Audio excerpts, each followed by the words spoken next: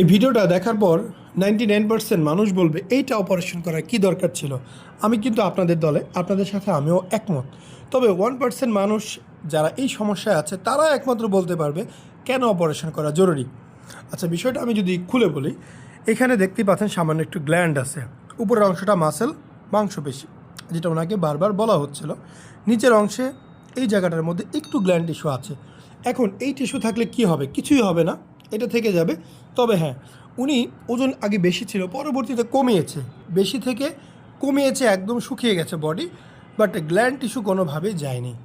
তো উনি যখন ওজনটা বাড়িয়ে ফেলে বা বেড়ে গিয়েছিল, তখন এটা বেশ বড় মনে হয়। এখন ওনার কথাও ঠিক আছে যে সারা জীবন তো ভাই ওজন কমিয়ে রাখা সম্ভব না, এইভাবে নিজেকে দুর্বল করে ফেলা।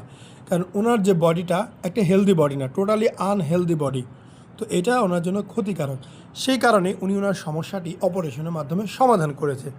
দেখতে পাচ্ছেন একদম ফ্ল্যাট হয়েছে। তবে কয়েক মাস গেলে এই ফ্ল্যাট বডিটা আরেকটু ফুলবে। কেন ফুলবে?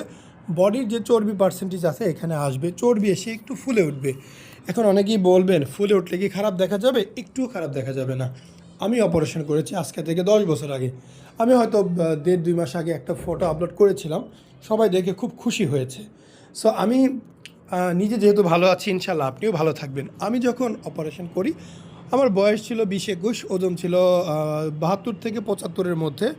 এখন কিন্তু ওজন আমার প্রায় 85 কিলো আছে, 10 কিলো বেশি। তো বডি একটু ফুলবে, ফোলাটা একদমই স্বাভাবিক, কোনোভাবেই অস্বাভাবিক না। সো আপনারা যারা অপারেশন করবেন এইটুকু বলতে পারি, ইনশাল্লাহ পরে কোনো প্রবলেম হবে না। অনেকেই প্রশ্ন করবেন দাগ হবে কি না?